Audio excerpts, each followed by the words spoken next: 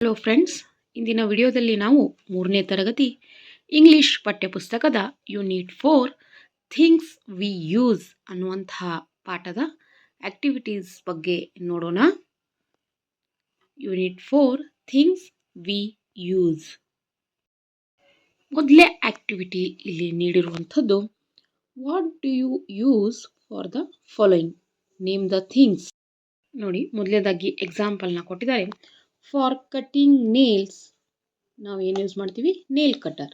ಹಾಗೆಯೇ for sharpening a ಪೆನ್ಸಿಲ್ನ sharp ಮಾಡೋದಕ್ಕೆ ನಾವು ಉಪಯೋಗಿಸೋದು ಶಾರ್ಪ್ನರ್. ಹಾಗೆಯೇ ಕಟ್ಟಿಂಗ್ ಪೇಪರ್ಸ್ನ ಕಟ್ ಮಾಡೋದಕ್ಕೆ ನಾವು ಸೀಸರ್ಸ್ನ ಉಪಯೋಗಿಸ್ತೀವಿ, ಕತ್ರಿ. ಹಾಗೆ ಫಾರ್ ಓಪನಿಂಗ್ ಅ ಲಾಕ್, ನೋಡಿ, ಕೀಲಿಯನ್ನು ತೆಗಿಬೇಕಾದ್ರೆ ನಮಗೆ ಬೀಗದ ಕೈ ಬೇಕು. ಹಾಗೆಯೇ ಕೀ. ಫಾರ್ ಕಟ್ಟಿಂಗ್ ವೆಜಿಟೇಬಲ್ನ ಕಟ್ ಮಾಡೋದಕ್ಕೆ ನಮಗೆ ನೈಫ್ ಬೇಕು. ನೆಕ್ಸ್ಟ್ ಇರುವಂಥದ್ದು, match the tools with their uses ಅಂತ ಇದೆ. ಇಲ್ಲಿ ಟೂಲ್ಸ್ ಅಂದರೆ ಟೂಲ್ಸ್ನ ನೇಮ್ ಕೊಟ್ಟಿದ್ದಾರೆ. ಅದನ್ನು ಎದಕ್ಕೆ ಯೂಸ್ ಮಾಡ್ತೀವಿ ಅನ್ನೋದಕ್ಕೆ ಜೋಡಿಸ್ಬೇಕು. ಫಸ್ಟ್ನೇದಿರುವಂಥದ್ದು ಶಾರ್ಪ್ನರ್ನ ನೀವು ಯೂಸ್ ಮಾಡೋದು ಪೆನ್ಸಿಲ್ನ ಶಾರ್ಪ್ ಮಾಡೋಕ್ಕೆ. ಹಾಗಾಗಿ ಅದು ಎಲ್ಲಿದೆ ಅಂದರೆ ಇಲ್ಲಿ number 4 it's used to sharpening the pencils. ಒಂದೇದು ಎ. ಹಾಗಾದರೆ ನೆಕ್ಸ್ಟ್ ಇರುವಂಥದ್ದು ನೇಲ್ ಕಟರ್. ನಾವು ನೇಲ್ ಕಟರ್ನ ಎದಕ್ಕೆ ಯೂಸ್ ಮಾಡ್ತೀವಿ? ನೇಲ್ಸ್ನ ಕಟ್ ಮಾಡೋದಕ್ಕೆ. It's used for cutting the nails. B ಅಂತ ಹಾಕೋದು, ಅಂದರೆ ಬಿ ಆನ್ಸರ್ ನೀವು ಜೋಡಿಸ್ಬೇಕು. ನೋಡಿ, ನೆಕ್ಸ್ಟ್ ಇರೋದು ನೀಡಲ್ನ ನಾವು ಎದಕ್ಕೆ ಯೂಸ್ ಮಾಡ್ತೀವಿ ಅಂದರೆ it's used for sewing the clothes. ಬಟ್ಟೆಯನ್ನು ಹೊಲಿಯೋದಕ್ಕೆ ನಾವು ಯೂಸ್ ಮಾಡ್ತೀವಿ. Next hammer it's used for hitting the nails. ಮೂಳೆಗಳನ್ನ ಗೋಡೆಗೆ ಹೊಡೆಯೋದಕ್ಕೆ ನಾವು ಏನು ಮಾಡ್ತೀವಿ? ಯೂಸ್ ಮಾಡ್ತೀವಿ. Next Axe is used for chopping the wood. Next knife ನಾವು ಎದಕ್ಕೆ ಯೂಸ್ ಮಾಡ್ತೀವಿ? It's used for cutting the vegetables or fruits. Next ಇರೋದು ಸಾ ನಾವು ಎದಕ್ಕೆ ಯೂಸ್ ಮಾಡ್ತೀವಿ ಅಂದರೆ it's used for sawing the wood. Next plough ಎದಕ್ಕೆ ಯೂಸ್ ಮಾಡ್ತೀವಿ ಅಂತ ಅಂದರೆ it's used for ploughing the field. Next ಇರೋದು ಐರನ್ ಯೂಸ್ ಮಾಡೋದು ಎದಕ್ಕೆ?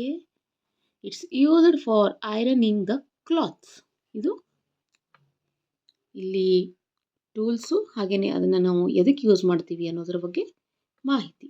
ನೆಕ್ಸ್ಟ್ ಇರುವಂಥದ್ದು, read the sentence aloud. Example, a sharpener is used for sharpening the pencil. ಹಾಗೆಯೇ ನಾವು ಇದನ್ನ ಓದಬೇಕು. A nail cutter is used to cutting the nails. ಹೀಗೆ. ಇನ್ನು 5th ಆಕ್ಟಿವಿಟಿ, ಆನ್ಸರ್ ಮೀ ಅಂತ ಇದೆ. Do the above people use tools in their professions? Yes or no. What tools do they use ಅಂತ ಇದೆ. ಈ ಪ್ರೊಫೆಷನ್ ಮಾಡೋದಕ್ಕೆ ಅವರು ಸಾಮಗ್ರಿ ಅಂದರೆ ಟೂಲ್ಸ್ನ ಉಪಯೋಗಿಸ್ತಾರೋ ಇಲ್ವೋ? ಇವರು ಉಪಯೋಗಿಸ್ತಾರೆ. ಹಾಗಾಗಿ ನಾವಿಲ್ಲಿ ಎಸ್ ಅಂತ ಹಾಕಬೇಕು. ಇನ್ನು I am a doctor, I use ಅಂತ ಇದೆ. ಡಾಕ್ಟರ್ ಏನು ಯೂಸ್ ಮಾಡ್ತಾರೆ? ನೋಡಿ, ಡಾಕ್ಟರ್ ಏನು ಯೂಸ್ ಮಾಡ್ತಾರೆ ಅಂದರೆ ಸ್ಟೆಥಸ್ಕೋಪ್. ಅವರು ನಮ್ಮ ಹೃದಯದ ಬಡಿತವನ್ನು ಚೆಕ್ ಮಾಡೋದಕ್ಕೆ ಸ್ಟೆಥಸ್ಕೋಪ್ನ ಯೂಸ್ ಮಾಡ್ತಾರೆ. I am a electrician, I use. Electrician ಹೆಚ್ಚಾಗಿ ಬಳಸೋದು screwdriver. Next, I am a farmer and I use plough, ನೇಗಿಲು.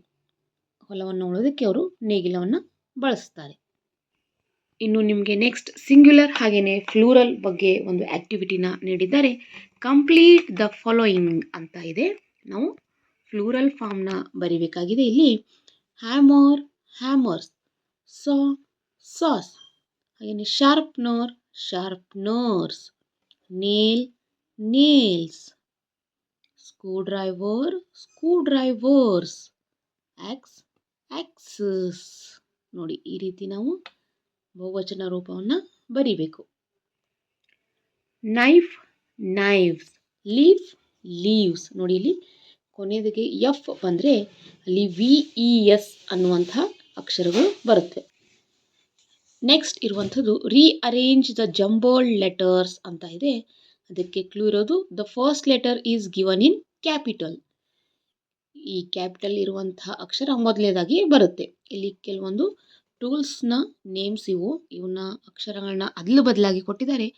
ಅದನ್ನು ನಾವು ಸರಿಯಾಗಿ ಮಾಡಿದರೆ ಇದು ಏನಾಗುತ್ತೆ ಅಂದರೆ ನೈಫ್, ಇದು ಎ ಕ್ಯಾಪಿಟಲ್ ಫಸ್ಟ್ ಲೆಟರ್ ತೊಗೊಂಡ್ರೆ ಆಕ್ಸ್, ಹ್ಯಾಮರ್, ಸಾ, ನಿಡಲ್, ಫ್ಲಾ, ಶಾರ್ಪ್ನರ್ ಮತ್ತು ಐರನ್. ಇವು ಟೂಲ್ಸ್ನ ನೇಮ್ಸ್. ನೆಕ್ಸ್ಟ್ ಇರುವಂಥದ್ದು rewrite the above words using the appropriate articles using a or an ಅಂತ ಇದೆ. ಇಲ್ಲಿ ಮೇಲ್ಗಡೆ ನೀಡಿರುವಂಥ ಶಬ್ದಗಳನ್ನೇ ತಗೊಂಡು ಅದಕ್ಕೆ ನಾವು ಆರ್ಟಿಕಲ್ಸ್, ಅದರ ಹಿಂದೆ ಆರ್ಟಿಕಲ್ಸ್ನ ಬರೆದು ಓದಬೇಕು, ಹಾಗೆಯೇ ಬರೀಬೇಕು. ನೋಡಿ, ಅ knife, a hammer, a saw, a needle, an axe. ನೋಡಿ, ಎಲ್ಲಿ ಬರುತ್ತೆ, ಎ ಎಲ್ಲಿ ಬರುತ್ತೆ ಅಂದರೆ ಬಿಫೋರ್ ದ ಕಾನ್ಸೋನಂಟ್ ಸೌಂಡ್. ಹಾಗೆಯೇ ಆ್ಯನ್ ಇದು before the Oval sound. Oval ಯಾವಾಗ ಅಂದರೆ A E I O U. ಹಾಗೆ ಇಲ್ಲಿ ಫಸ್ಟ್ ಲೆಟರ್ ಎ ಇದೆ, ಹಾಗಾಗಿ ಆ್ಯನ್. ಅ ಫ್ಲಫ್, ಅ ಶಾರ್ಪ್ನರ್, ಹಾಗೆಯೇ ಆ್ಯನ್ ಐರನ್. ಇದಿಷ್ಟು ನಿಮಗೆ ಆರ್ಟಿಕಲ್ಸ್ನ ಪರಿಚಯವನ್ನು ನೀಡಿದ್ದಾರೆ. ಇನ್ನು ಮುಂದೆ ಒಂದು ಸ್ಟೋರಿಯನ್ನು ನೀಡಿದ್ದಾರೆ. ದೀಪು ಅನ್ನುವಂಥ ಒಬ್ಬ ಮನುಷ್ಯನ ಒಂದು ಸ್ಟೋರಿಯನ್ನು ನೀಡಿದ್ದಾರೆ. ಅದಕ್ಕೆ ಸಂಬಂಧಿಸಿದಂತಹ ಕೆಲವೊಂದು ಕ್ವಶನ್ ಆನ್ಸರ್ಸ್ ಹಾಗೆಯೇ ಆ್ಯಕ್ಟಿವಿಟೀಸ್ನ ಇಲ್ಲಿ ನೀಡಿದ್ದಾರೆ. ಅದರಲ್ಲಿ ಮೊದಲೇದು ಏನಂತ ನೋಡೋದಾದರೆ, choose A or B to complete each of the sentence given below ಅಂತ ಇದೆ. ಇದರಲ್ಲಿ first of all Deepu wanted to be. ಮೊದಲಿಗೆ ದೀಪು ಏನಾಗಬೇಕೆಂದು ಬಯಸಿದ. ಇದಕ್ಕೆ ಆಪ್ಷನ್ಸ್ ನೀಡಿದ್ದಾರೆ, ಕಿಂಗ್ ಹಾಗೆಯೇ ರಿಚ್. ಇದರಲ್ಲಿ ಸರಿಯಾದ ಉತ್ತರ ರಿಚ್.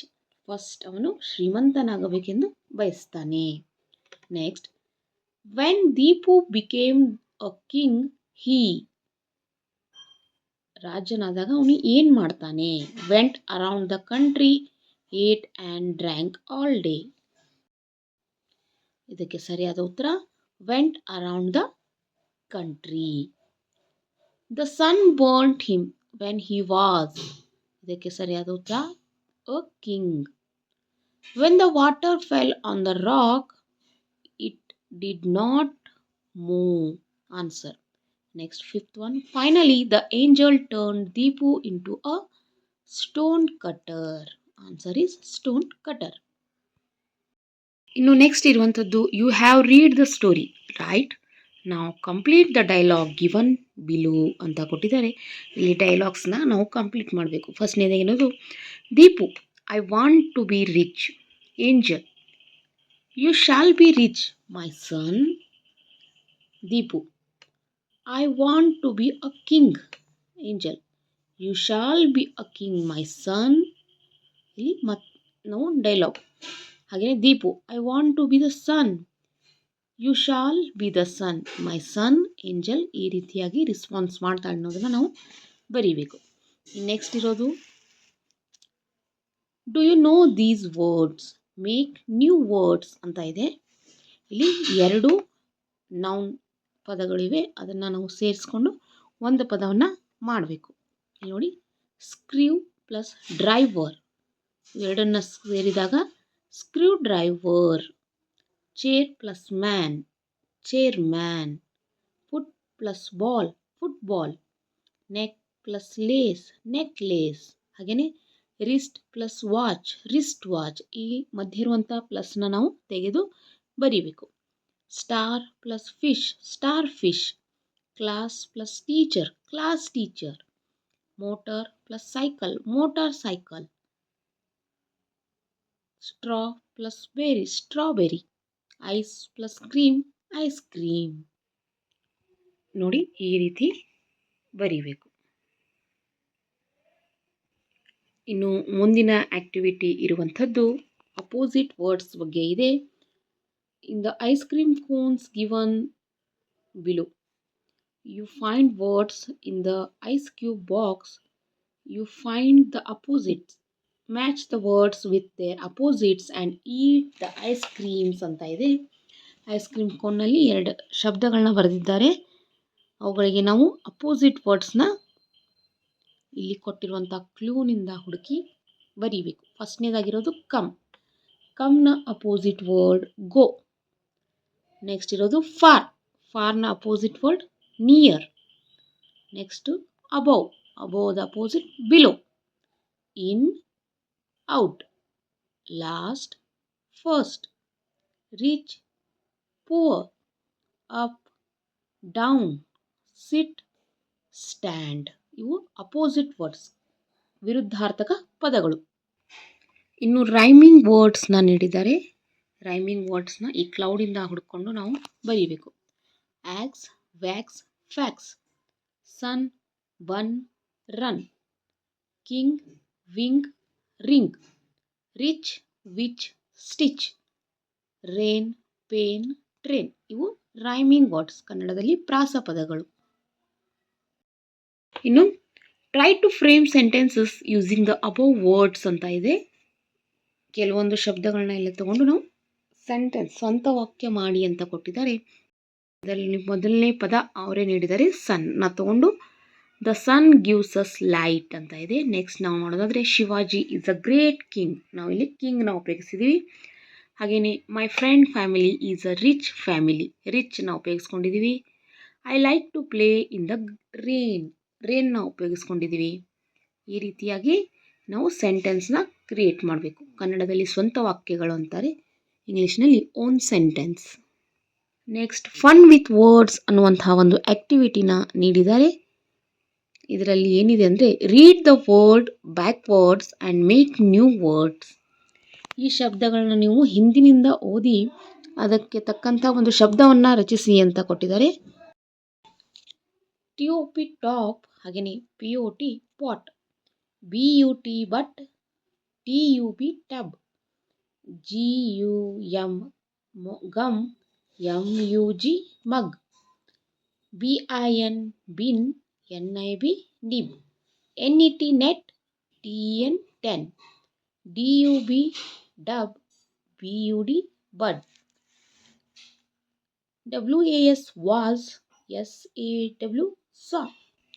ನೋಡಿ, ಇಂಗ್ಲೀಷ್ನಲ್ಲಿ ಎಷ್ಟೊಂದು ಮಜವಾಗಿವೆ ಅಕ್ಷರಗಳು. ಅದನ್ನು ಉಲ್ಟಾ ಮಾಡಿದ್ರೆ ಮತ್ತೊಂದು ಪದ ಆಗುತ್ತೆ. ಇನ್ನು ನೆಕ್ಸ್ಟ್ ಇರೋದು ನಾವು ಚೆಕ್ ದೀಸ್ ವರ್ಡ್ಸ್ ಅಂತ ಇದೆ. Read them backwards, you will get the same words. ಇಲ್ಲಿ ಕೆಲವೊಂದು ಶಬ್ದಗಳನ್ನ ನೀಡಿದ್ದಾರೆ, ಅದನ್ನು ನಾವು ಹಿಂದಿನಿಂದ ಓದಿದ್ರು ಸೇಮ್ ಅದೇ ಉಚ್ಚಾರ ಆಗುತ್ತೆ. ನೋಡಿ, MOM mom, MOM mom. POP pop, POP pop. DAD dad, DAD dad. ಹಾಗೆಯೇ did, deed, peep, Malayalam nun. ಇವು ಶಬ್ದಗಳು. ಇನ್ನು ನೆಕ್ಸ್ಟ್ ಇರೋದು ರೈಮಿಂಗ್ ವರ್ಡ್ಸ್. ಇಲ್ಲಿ ಕೊಟ್ಟಿದ್ದಾರೆ ಬಾಕ್ಸ್ನಲ್ಲಿ, ಅದನ್ನು ನಾವು ಹುಡುಕಿ ರೈಮಿಂಗ್ ವರ್ಡ್ಸ್ನ ಬರೀಬೇಕು. Bell, sell, well. Fat, mat, rat. Van, fan, pan. Train, rain, gain. Ring, king, wing. Cake, bake, take. Fall, ball, call. Bee, see, fee. Pit, pit, hit. Gate, plate, take. Lock, cock, rock. ಇವಿಷ್ಟು rhyming words. Rhyming words ಅಂದರೆ same ಉಚ್ಚಾರ ಇರುತ್ತೆ, ಹಾಗಾದರೆ ಪದಗಳು ಮತ್ತೆ ಬೇರೆ ಬೇರೆ ಆಗಿರುತ್ತೆ. ಇದಿಷ್ಟು ಥಿಂಗ್ಸ್ ವಿ ಯೂಸ್ ಅನ್ನುವಂತಹ ಪಾಠದ ಆ್ಯಕ್ಟಿವಿಟೀಸ್. ಈ ವಿಡಿಯೋ ನಿಮಗೆ ಇಷ್ಟ ಆಗಿದ್ದರೆ ಒಂದು ಲೈಕ್ ಬಟನ್ನ ಒತ್ತಿ ಸಬ್ಸ್ಕ್ರೈಬ್ ಮಾಡೋದನ್ನು ಮರಿಬೇಡಿ. ಧನ್ಯವಾದಗಳು.